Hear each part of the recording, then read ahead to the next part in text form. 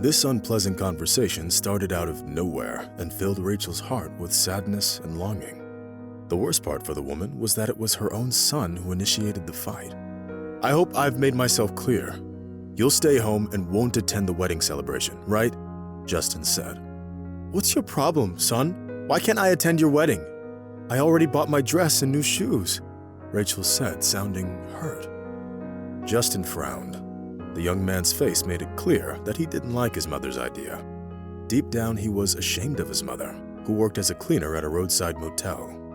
Justin was worried that his fiance's parents wouldn't be happy to see her as a part of their family and would make fun of him in front of the hundreds of wedding guests.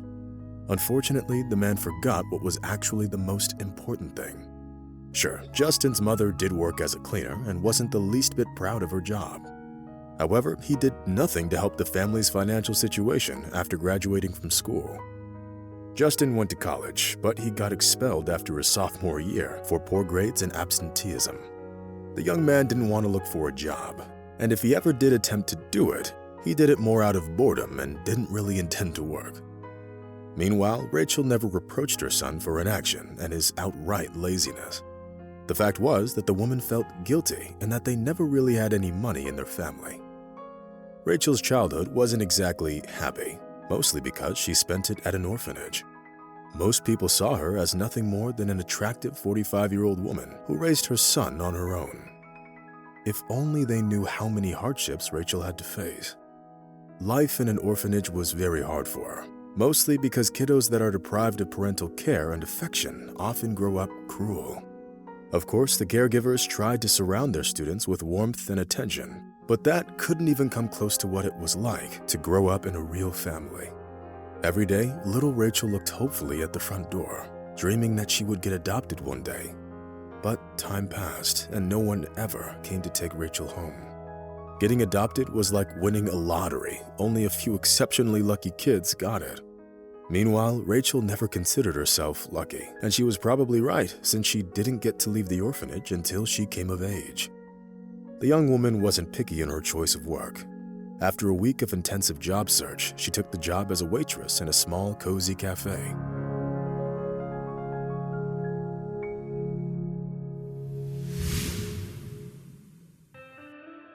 Working 12 or even 16 hours a day, Rachel was happy that her life seemed to be going well.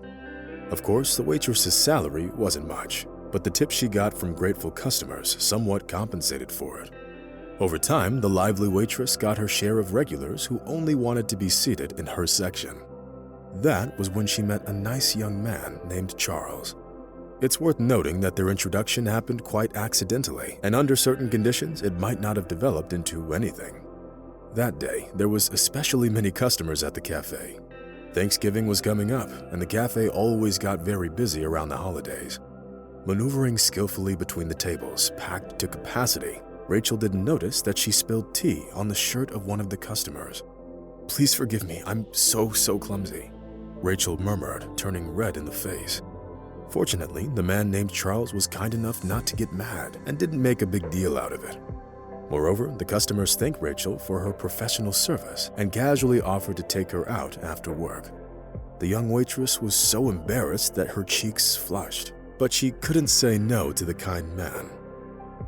The rest of the shift seemed to drag on endlessly, making Rachel's heart flutter with delight and inexplicable anxiety. When she finally got off of work, it was already getting dark outside. What if Charles doesn't come? What if it was just a joke and he didn't really mean it? The waitress thought, going out into the street. But before she could even take a couple of steps, Charles blocked her path. He was holding a bouquet of beautiful white roses, which seemed especially bright under the rays of the setting sun. As it turned out, Charles Morgan grew up in a wealthy family. He was in his senior year of college and was dreaming of becoming a successful economist who would outdo his father. The young man spent the rest of the evening talking about everything in the world and didn't even notice how much time had passed until the moon was high in the sky. As they said their goodbyes, Rachel agreed to go on another date with Charles, which laid the foundation for their rapidly developing relationship. Ever since then, the young people started seeing each other almost every day. As one could expect, their relationship very quickly crossed the line between a regular friendship and a passionate romantic relationship. The young people were clearly headed for marriage, but it turned out that Charles's parents were very much against him getting involved with an orphan woman. Due to her innate naivety, Rachel didn't immediately realize the extent of the problems the Barnes family could cause her. "I think we should nip the relationship in the bud," Amanda Barnes told her husband over dinner.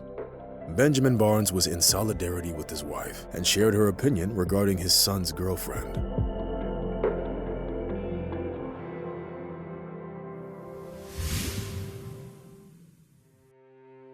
Unfortunately, no amount of talks and threats could change Rachel's mind. Thus, Mr. Barnes turned to his connections, having decided to get rid of the young woman in a different way. At that point, Rachel could still get out of the water dry if she chose to stop the relationship on her own free will. But the young woman had already made up her mind and was determined to marry Charles.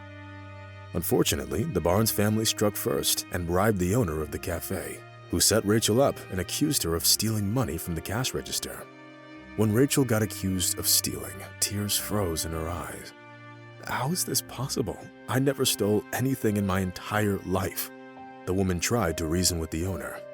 Unfortunately, she got sentenced to 3 years in prison. The investigation was extremely quick, which was also due to the interference of the Barnes family. But that wasn't the only problem that poor Rachel had to deal with. There was something else that she could never have expected. When she was already in prison, the young woman realized that she was pregnant. She was pregnant with the baby of the man whose parents put her in prison. Rachel felt horrible throughout the entire pregnancy. The lack of vitamins on the prison menu and the overall mediocre food did their job, worsening the already poor health of the young prisoner. The only thing that Rachel was grateful for was that the prison staff didn't take her son Justin away from her after the birth. That had its advantages, and the woman soon saw them. Being a young mother, Rachel got on the list of candidates for early parole. After serving a total of 1.5 years, the young mother and her son were finally out of prison. Unfortunately, the stigma of being an ex-convict took its toll on Rachel's life. Meanwhile, Charles never once visited his ex-fiancée in prison and didn't even bother to call her after the woman got released. The unfortunate single mother had to go through a lot before her son grew up. Working several jobs at once, Rachel tried to provide Justin with everything he needed. Having gotten a job as a cleaner, the single mother also worked delivering pizza and as a gas station operator. Unfortunately, despite her best efforts, Justin grew up very selfish and didn't appreciate how hard his mother had to work to provide a decent life for him. The young man didn't seem to understand how hard it was for his mother to earn money and didn't feel the least bit worried about spending it on his own whims, which seemed to only be getting more and more expensive.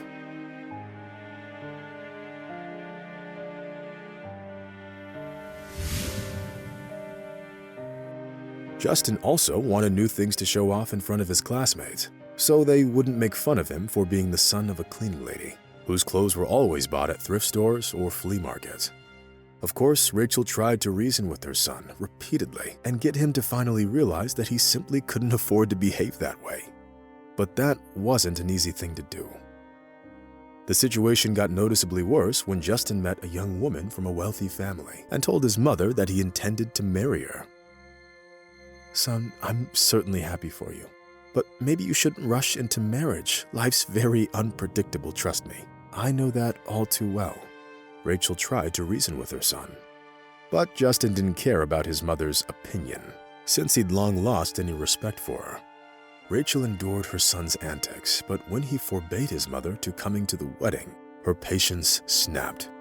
"I'm coming to that wedding. There's no way I'm going to let that new dress and shoes go to waste," the woman thought, pursing her lips touchily. Rachel knew that her son had no real reason to be mad at her. In his desire to be independent, Justin forgot that his suit was already bought with his mother's money and that she had to work double shifts to be able to afford it. On his way to the wedding, the young man made sure that his mother wouldn't dare to go against his wishes and would definitely stay home. But for what seemed like the first time in her life, Rachel decided to do what she wanted and disregarded her son's wishes. All she wanted was to see her son get married. Since the wedding ceremony took place at a restaurant, the woman dressed in an elegant dress and made sure to come to the celebration when it was already in full swing. If Rachel had come earlier, her son would have definitely expressed his displeasure and maybe even forced her to leave. But this way, Justin had no choice but to accept his mother's decision and let her stay. The appearance of the pretty woman in a chic evening dress made a splash among the guests. Everyone looked at Rachel and couldn't figure out who she was or even which side of the wedding party had invited her. Having noticed his mother, Justin turned pale and hurried off the stage. "What are you doing here? I told you not to come. Do you want everyone to make fun of me for being an ex-con's son?" the groom hissed, taking his mother by the arm. "Just stop it, will you? Leave my past in the past. I've already paid for my sins, even though they weren't actually mine," Rachel objected. It was the first time in his life that Justin saw his mother being so determined. Having gently pushed her son away, Rachel stepped onto the stage and took the microphone. Seeing the beautiful woman on stage in front of them, the guests fell silent and got ready to listen. The bride's parents seemed especially interested in her, as it was the first time they were seeing the groom's mother. Meanwhile, Rachel took a deep breath and started from afar. She started off by talking about her past and then moving on to her present. The woman spoke so sincerely and penetratingly that many of the guests had tears in their eyes. Rachel wished the newlyweds happiness, as well as all the guests who got to witness her heartfelt confession.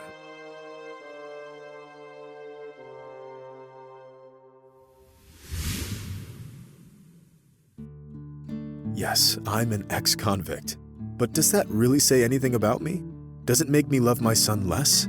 Didn't I do everything in my power to make sure he always had everything he needed and never felt like he was worse than others? And the only reason I came here today was to witness my son's happiness, Rachel said, having a hard time holding back her tears. The expression on the woman's face made it clear that it wasn't easy for her to share her story. But what happened next simply shocked her. The guests broke into applause, which marked the moments of triumph for the woman who'd endured so many hardships in her life. Then a man of about 45 stepped out of the crowd and approached the stage. He extended his hand and helped Rachel get off the stage. Rachel looked at him and couldn't believe her eyes. The man's face seemed familiar, especially that dimple in his chin, which she once showered with kisses. Dear God, it's Charles. A disturbing thought flashed through Rachel's head. The woman could feel in her heart that she was right. Seeing a spark of recognition in the eyes of his companion, Charles smiled and asked her to dance with him. At that moment, everyone's eyes were glued to the beautiful couple.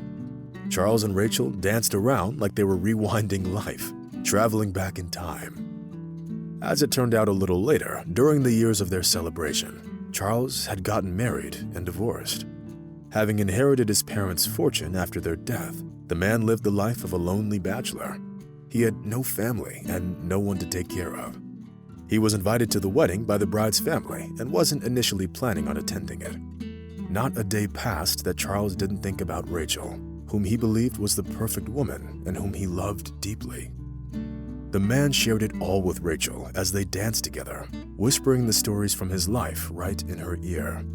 At that moment, Rachel felt happy for the first time in many years. Justin was the only one who chose to keep his distance and watch things develop from afar. At about that moment, the groom realized that he'd been treating his mother with outright disdain and cold indifference. Having a hard time holding back his tears, Justin approached his mother and publicly apologized to her. Meanwhile, the young man had no idea that the man standing next to his mother was his biological father, who couldn't see his son for many long years. It would all come to light a little later when Rachel took both of her men by the hands and led them towards a new and happy family life. In the meantime, the guests enjoyed the rest of the celebration and the delicious food and never ceased to admire Rachel's courage, who rose up to the challenge and overcame her own fears.